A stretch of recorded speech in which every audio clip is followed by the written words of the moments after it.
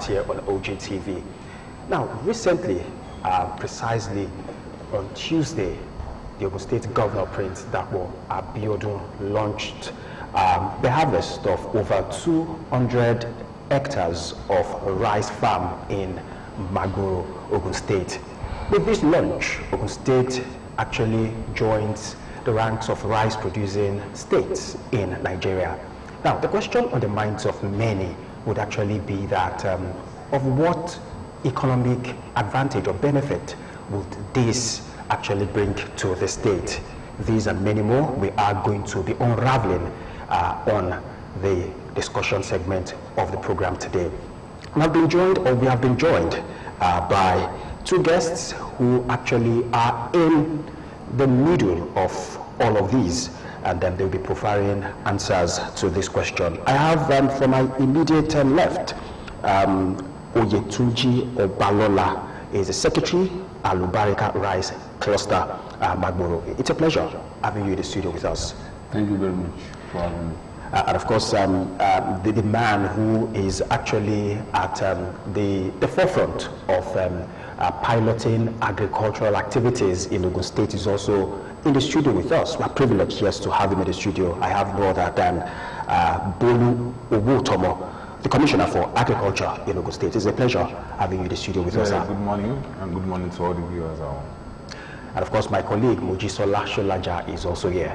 Moji, over to you. Oh yes, good morning everyone, and the Commissioner and the ALUBARIKA man, good morning to you. Glad to have you join us. Thank you very much. I will start with the rice milling. You said, when the governor launched it, he said Ogun State has just joined, or is just joining the rice production states and all that.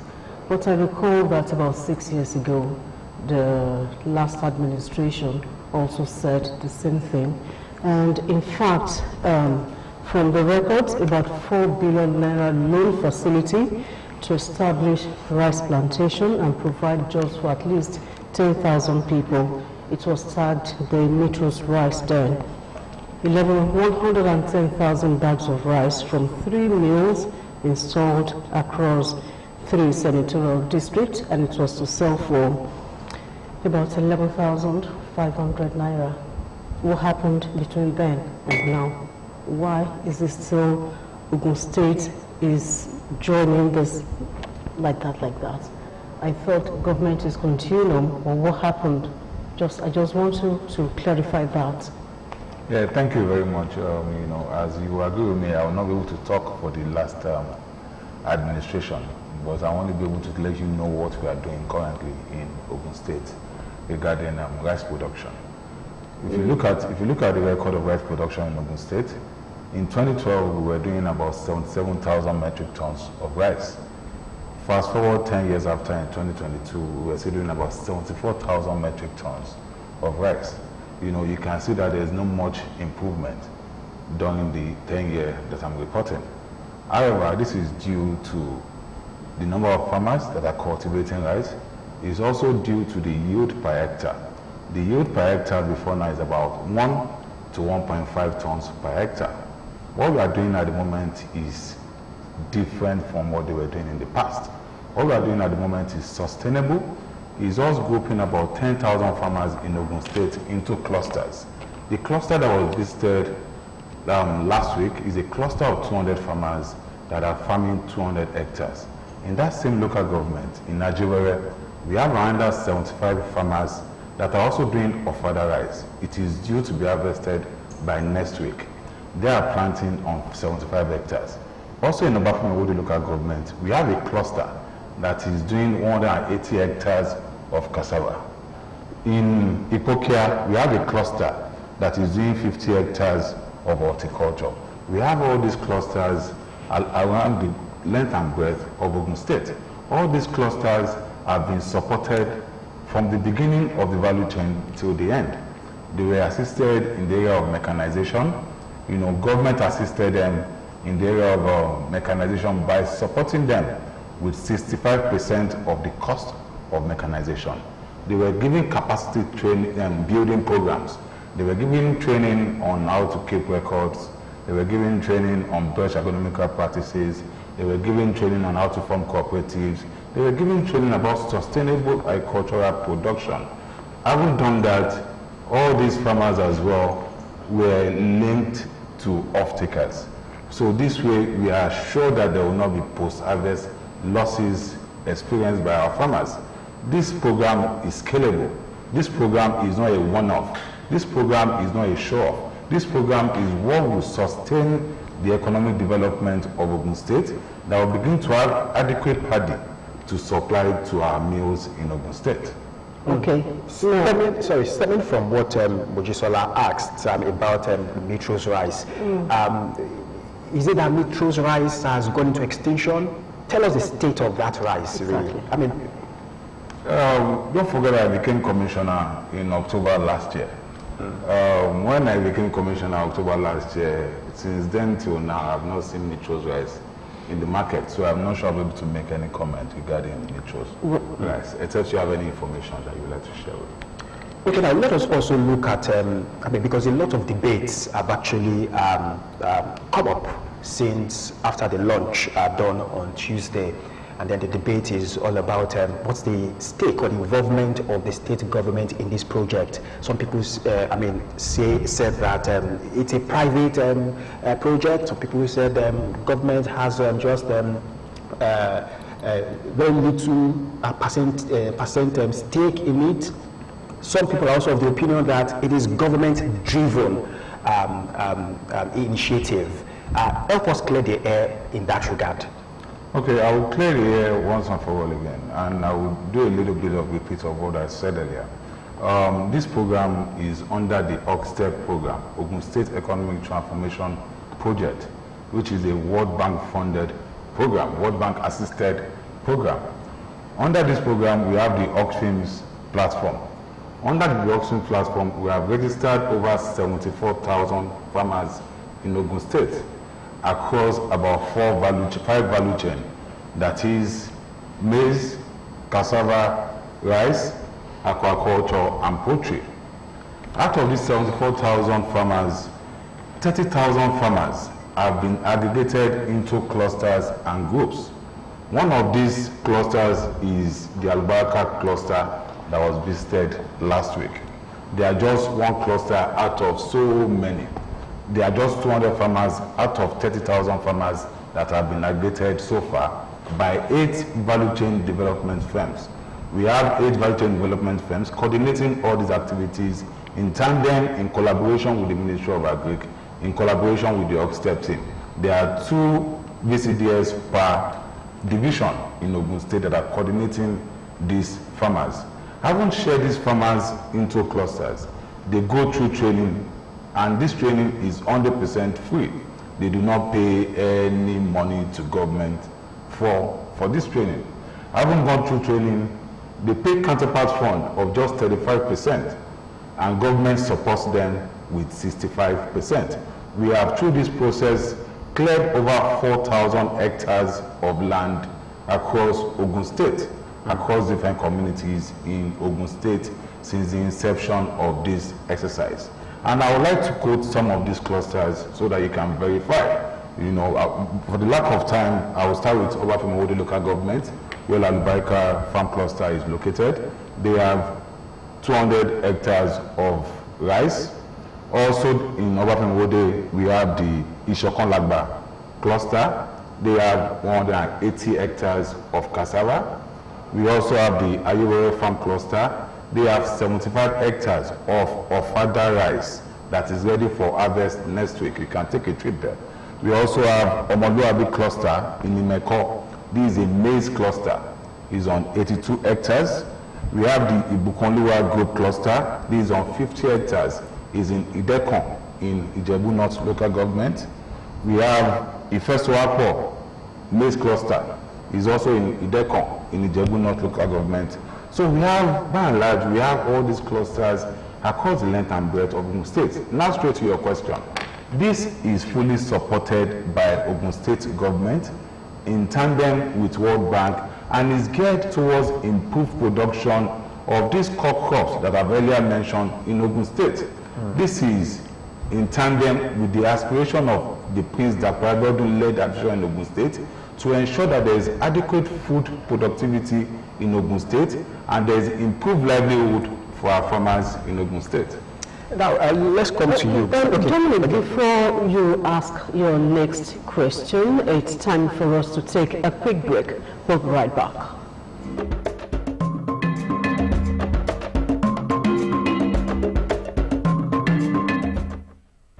We are thrilled to have you on board as we chart the course for our next chapter.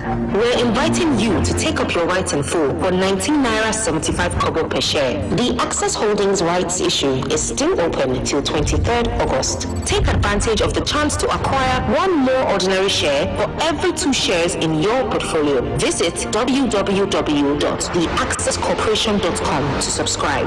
Access Holdings, where financial solutions connect the world.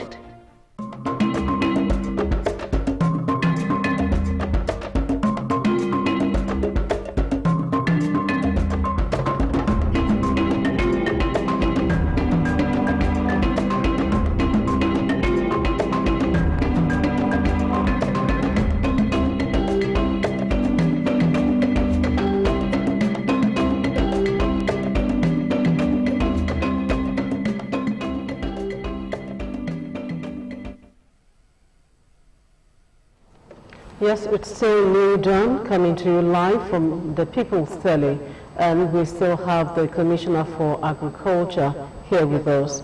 Dominic, you were about asking a question. Yes, Mr. Oyetunji, no doubt this initiative is a groundbreaking one, and I want us to tell us how you feel like really being part of this. Okay, before I start, I will need to appreciate the government of the state for what they have done to us at the cluster and generally to farmers in Ogun State. The program started initially when they came to enumerate, and we were somewhat skeptical about the program, and they came enumerating every of the farmers in the cluster. We were thinking it was a joke. They asked us to pay our counterpart fund, and which we made available. And after then, the hosted team from the Ministry of Agric, they came after the enumeration, they came for the tertiarization, and everybody were thinking that it was still the normal government something. They did the tertiarization and they gave us the chemical after paying our counterpart fund. The program was going on smoothly as it should. So all what they promised, as in they did it, which as in that's why we are having the results. And what we are seeing now, as in still give us the belief that we can still do more as a young farmer, as in the result we get from this, because the training they give us, the best agronomic practices, before when we were doing this, the yield what we are having then was not up to what we are having now.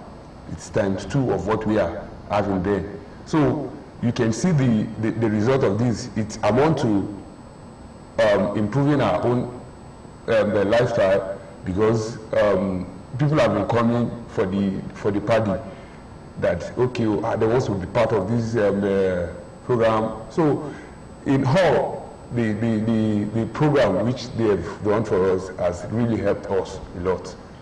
Also, the rice being the market. We are still harvesting.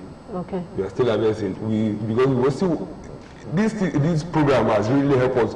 And again, the post-harvest loss we usually have before have reduced drastically, because then we usually use hand to harvest. But with the introduction of the combined harvester, what we harvest in a week they did that within hours. So this has really helped us. The product will soon be in market. That's just because of the weather and everything. As soon as possible, in a couple of months, the product will be in market. Okay. Honorable Commissioner, let us look at the impact that these would actually have on Ogun State. I know that on that very day, the governor actually approved the construction of the road in that access, so as to make in MAGBORO, so as to make life very easy for the farmers by the time they would actually be transporting these produce. So, in all, what impact really will these be having on the state and the people residing in the state? Ogun State has joined the League of Rice Farmers in the country. The impact will be in multiple folds, you know, and I will start from the perspective of the farmers.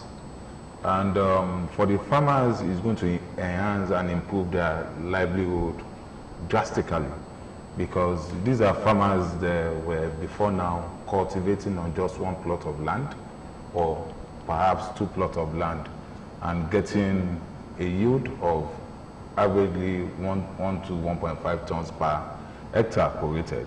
But now they are comfortably planting and cultivating 1 hectare, which we are about to even scale. You know, so that way there is more money in their pocket, they can afford more, they can put more product in the market. And for the government, it's going to assist the government because there will be less people looking for job on the street. There will be youths and women will be fully engaged. These products will find its way to the market. There will be tax paid, you know. And for the community, you know, it's going to bring much more development to the community where we have all these projects located. Look at it that if we don't have this project located in this particular community, perhaps the development of their road will have come a bit later. But due to this investment of government in the human capital, in the youth and women of this community, then road infrastructure is following. Who knows what will be following next in terms of infrastructure? Now, can we put a figure really to the quantity of rice that we are going to be getting from this? You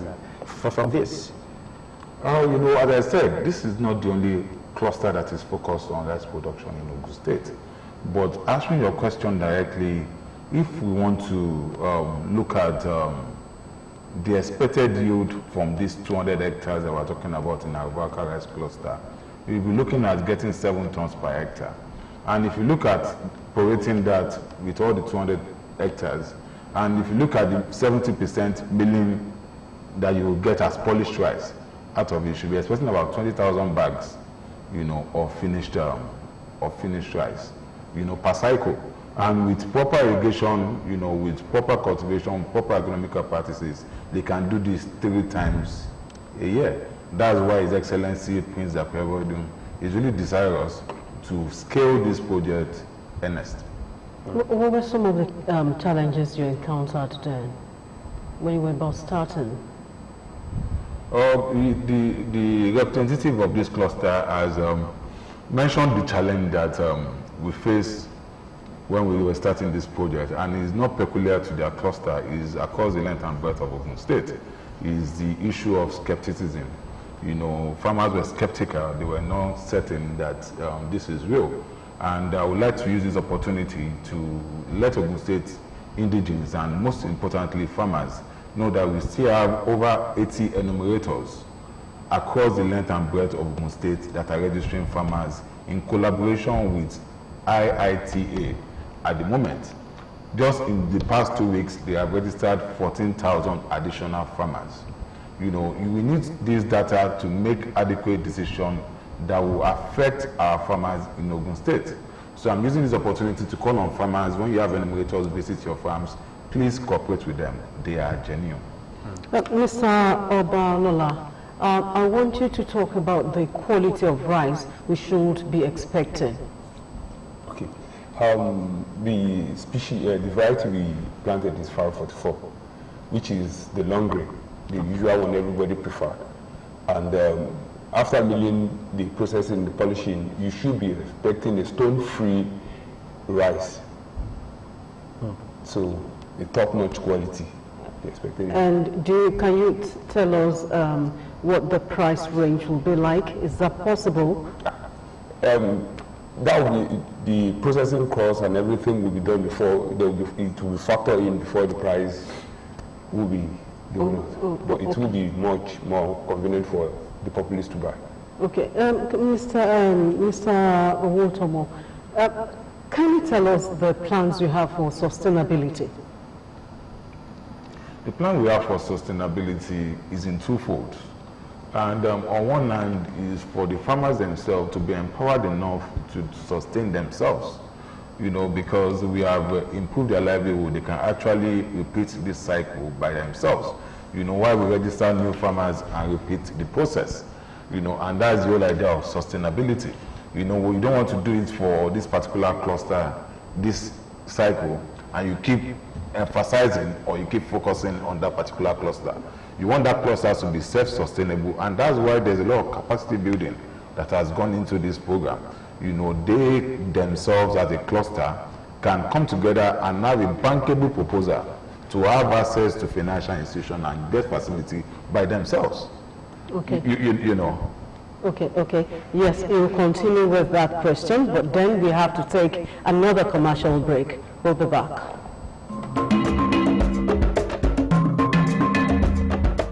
At Access Holdings, we are heading into the next phase of our evolution, and with our rights issue, you get an increased stake in it. The Access Holdings rights issue is still open till 23rd August. You can get your share of over 17 billion shares at 19 naira 75 kobo per share. That's one new ordinary share to every 2 shares held.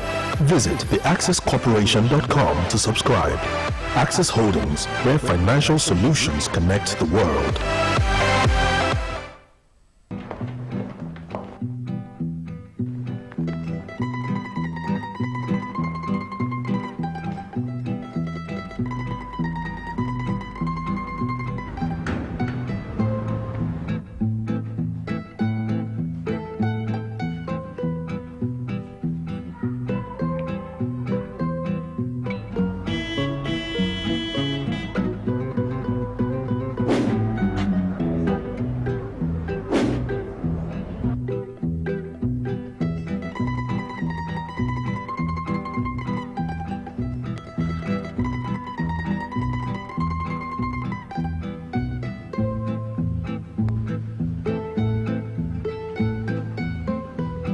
This is what happens when we elect public servants and don't tell them what to do for us. Voting is not the end. It is just the beginning. We are thrilled to have you on board as we chart the course for our next chapter. We're inviting you to take up your right 5 kobo per share. The Access Holdings rights issue is still open till 23rd August. Take advantage of the chance to acquire one more ordinary share for every 2 shares in your portfolio. Visit www.theaccesscorporation.com to subscribe. Access Holdings, where financial solutions connect the world.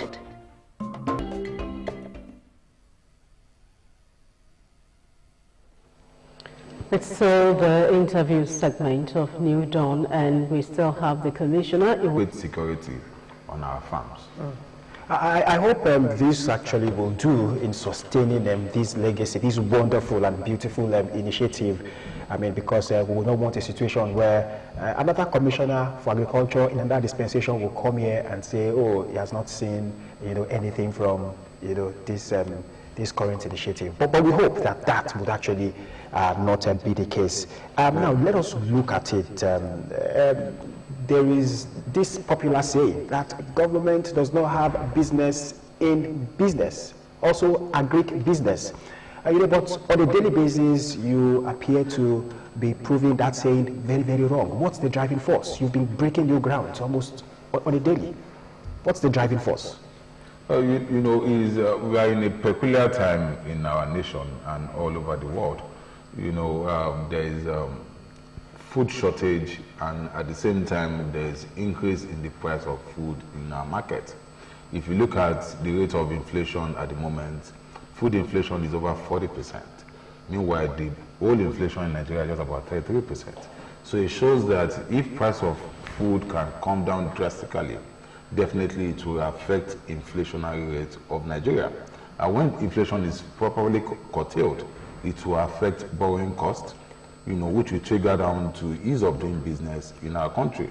So we believe that this is a strategy of the president of the country, President Bola Ahmed Tinubu, to find all avenues to bring down the price of food in the market. And is also in tandem with the desire of His Excellency Prince Dr. Abeokuta to ensure that there is adequate food productivity in Ogun State to feed our citizens and to feed our agro-based industry. Don't forget that Ogun State is the industrial capital of Nigeria at the moment. So we have a lot of industries that are springing up by the day, you know, looking for all these inputs as well that are normally staple in our homes. We have a lot of cassava processing companies in Ogun State. We have about 14 rice mills as well in Ogun State at the moment. And we believe that in years ahead, they will only increase in size. Hence, we have to do the back-end job to ensure that there is adequate input for all this agro-based industry, while not jeopardizing the price of food in the market. That's why the government is doing everything possible under the leadership of Prince Dr. Abeokuta to ensure that our farmers are finding it as more easy or much more easier than before. And coming back to your issue of sustainability, what the current administration is doing in Ogun State under the leadership of our governor is that we are not going to spoon feed our farmers. We're actually teaching them how to fish themselves. You know, as I said earlier, this particular cluster, if government does not partake in the activity for the next 100 years, I can assure you, and I can go to bed with this assurance, that they will be able to sustain themselves. Now, let's talk about access to the market now. What are the plans you have for the farmers to enable them access the market, and if the rice will be at subsidized price? As I said earlier, the program is end-to-end. We are not leaving any particular area unattended to. We have linked them with off-takers to ensure that there are no post-harvest losses. And we'll monitor these off-takers as well to ensure that after they finish milling, they release this product to the market as a much reduced price to the going market price. There is huge demand for rice paddy not just in Ogun State, even in Lagos State through the Mota rice mill. You know, so there is huge demand that we are really desirous of scaling this project as fast as possible. Now, let me come to you, Mr. Obalola. I don't know whether Oliver Twist is your second name, but I'm sure that you would actually want more, you know, from the government. No doubt the government has done fantastically well in helping you achieve so much of success in this. Are there other areas that you think the government can, you know, also come in? Yes, very much. As in what we have done now, we still have more lands that are available for us to use. And we know the terrain of the Southwest, the storms and everything, which we requested the government to open up the land. And the government, the governor, amiable governor, Prince Dr. Abeokuta, which he has promised that he will open up the land for us to do more. Because ever since we launched the harvesting of the rice, a lot of youth have been calling me that they want to be part of the program, seeing the results of what we had on the farm. So I have not been sleeping. They have been calling neighbors and everybody. They want to join. So as much as we have the land and grant, so where you said the government should, why are they participating in agric? Then we need more of their presence in the agric sector, because the cost of opening a new land is very huge for us to do. So the government can support us in doing that, so we can follow through. So that will help us to do more. And also, the other thing we also want the government to, which he has agreed to help us, is the area of irrigation. We want to do this. The dry season farming is coming up now, and what we get now will be ×3 of what we get in this rainy season, because dry season, if you do the irrigation well, you will get ×3 of what you will get. So you want to achieve an all-year-round farming, because the food shortage, it knows no bound. The Igbo, Hausa, black, white, everybody is hungry, and we need to feed this gap. So if we do this farming all year round, at least it will continually bring the cost of our staples down. Now, he talked about the fact that he has actually been receiving several of calls, I mean, since the launch on Tuesday, from youths, young people who actually have the strength to go into farming and then they want to be part of this initiative. How can they join? How can they be part of it? The way they can join is to register as farmers. And as I've said earlier, we have enumerators going on across the local government. They are currently in all the local governments in Ogun State in their agri desk that are registering farmers. You know, they have to register as farmers first, then before they get approached by value chain development firms on how to aggregate them into a particular cluster. You know, that's the beginning of the process. So I will encourage our youth to participate. Plans for other agricultural products, how you intend to leverage on this? You know, this program is not just solely for rice. You know, we have about 5 areas that we believe that we have comparative advantage, and we are focusing on those 5 areas. You know, I've mentioned rice. We're also focusing on cassava. We are focusing on maize. We are focusing on poultry, and we're focusing on aquaculture. You know, as you are aware, Ogun State is the aquaculture capital of West Africa. We have the highest concentration of fish clusters in West Africa. Now, let's talk about transportation. Is very, very important when you talk about farming or agriculture. So what are plans from the government to ensure that, yes, I know that the MAGBORO road, the government has promised that it would be reconstructed, but other areas, what is the government doing, or your collaboration with other ministries, the Ministry of Works now, to ensure that the roads are motorable, thereby reducing the burden on them? You know, the current leadership of Ogun State, as headed by Prince Abeokuta, in just about 5 years, has constructed over 600 kilometers of road. You know, it shows that there has been a very huge road infrastructure deficit, you know, before now. So there is an ongoing process. You know, this MAGBORO road has just been awarded, and we are also looking at the possibility of having all the access roads and all the linkage roads to our farm settlements rehabilitated as well.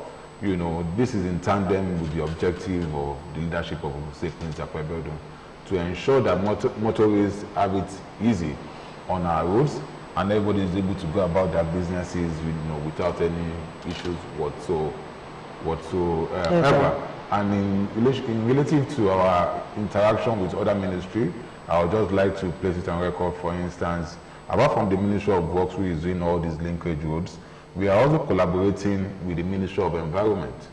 And the Ministry of Environment has been helping us clear drainages, you know, and clear channels that have been giving our fish farmers problems in years past. We have a fish cluster in Ilashe, in Ipokia local government. That particular fish cluster have been experiencing environmental issues for decades. Every rainy season, rain comes to take away their fishes and they put a lot of losses. But this year we got in collaboration with the Ministry of Environment, we got a swamp buggy, you know, that worked in that environment for about a month, you know, clearing the channels and drainages. We believe that in months and years ahead, they will begin to feel the impact of this collaboration that we just had with the Ministry of Environment to clear their channels. Of course, he talked about, I mean, when I asked him what other areas of intervention they would actually want the government to do for them, he talked about irrigation. I also want to ask you, modern technology in farming, we understand that it can actually make the farming experience very, very palatable and also encourage more young people, you know, into farming. What are your plans really to see that you harness the powers of science and technology in farming? You know, we have started the process already, you know, and is an ongoing process. You know, he has mentioned to you earlier that before this time when they want to harvest, they harvest manually. Now they are using combined harvester. It's reducing their losses. Now they are using boom sprayer instead of carrying stuff on their back. They are using boom sprayer to spray. Very soon we'll be using drones to spray, to spray the herbicide and fertilizer as well. So gradually we are going into precision agriculture. I haven't said that we are not only doing this across the rice value chain alone. We are doing this across all the value chain that we believe that we have comparative advantage. And as I've said earlier, this is more like a pilot scheme. This is more like seeing it if it can actually work. And if it's working on just 200 hectares for the first trial, you can see that it is actually scalable. And I don't want to bore you with all the other areas that we have 20 hectares, 18 hectares, 12 hectares, but we are doing this pilot scheme across the length and breadth of Ogun State, believing that in months and years ahead, we will scale these projects and our farmers will be self-sufficient at that point to be able to continue this program that we have started. Yeah, I want to divert a little bit. You mentioned environmental issues the other time, so I just want you to give us an update about the Ijebubu Abattoir. Ijebubu Abattoir is one of the abattoirs in Ogun State. I want to believe that it's the second or third biggest abattoir in Ogun State. And I was there perhaps about 2 months ago or thereabout, when they had some issues that I had to go there to look into and assist them in resolving. And in that particular abattoir, the only challenge they are facing, at least that they put to my notice that they are facing, is the issue of accessibility. The linkage road to the abattoir at the moment is not in a particular palatable condition, and we are considering it under our linkage program so that it can be given adequate attention by government very soon. Okay, thank you. Okay, let's look at the interventions, other interventions. I mean, this is a World Bank assisted project. We know that the federal government also has some initiatives really to also ensure that there is food security in the country. How much of these are you facilitating really for the farmers in the state? The federal government, under the leadership of our president, Prince Bola Ahmed Tinubu, GCFR, has been very magnanimous with farmers. He has really made it very easy for farmers across Nigeria. And I will tell you a few things that he has done before I now go into the partnerships that we're having with the Federal Ministry of Agric. The president has released grains to poultry farmers at some point. And most recently, he has released 24,000 bags of fertilizer to crop farmers in Ogun State. We are sharing all these 24,000 bags of fertilizer for free to our farmers. It has never happened under any administration before. We are focusing on our farm settlement farmers, our farm settlers, Rice Growers Association of Ogun State chapter, Cassava Growers Association of Ogun State chapter. We are capturing all the stakeholders that we should capture. So I'm still calling on Ogun State indigenes. If you have a group or cluster that we don't know about yet, that are into crop production, write to us at the Ministry of Agric. Actually, we will to impact by giving you free fertilizer to enhance your production. That is on one hand. On the other hand is that we have some projects that are under the Federal Ministry of Agric in collaboration with Ogun State government. And part of it is the VCDP program, which is giving a lot of linkage to market, a lot of input to farmers. Through that program, we have been able to impact over 8,000 farmers. We also have the Ogun Care program, which is at the national level is called NG Cares, but at the state level is called OG Cares. Under that platform as well, we've been able to impact several thousands of farmers. We impact them in the area of subsidy in input. We impact them on the area of wet market construction. We impact them on the area of solar-powered borrow construction. We impact them in several ways to ensure that their production is improved upon, and their livelihood is also enhanced. Just about 2 weeks ago as well, His Excellency Prince Abeokuta inaugurated the Agro Pocket Committee, That committee is focused on enhancing the livelihood of 2,400 farmers. These 2,400 farmers will only have to contribute 25% of the cost of their production, and the federal government under the Agro Pocket program will contribute the remaining 75%. So as I've enumerated, there are several programs that are ongoing now to ensure that there's improved food production in our state, and in particular, and in Nigeria in general.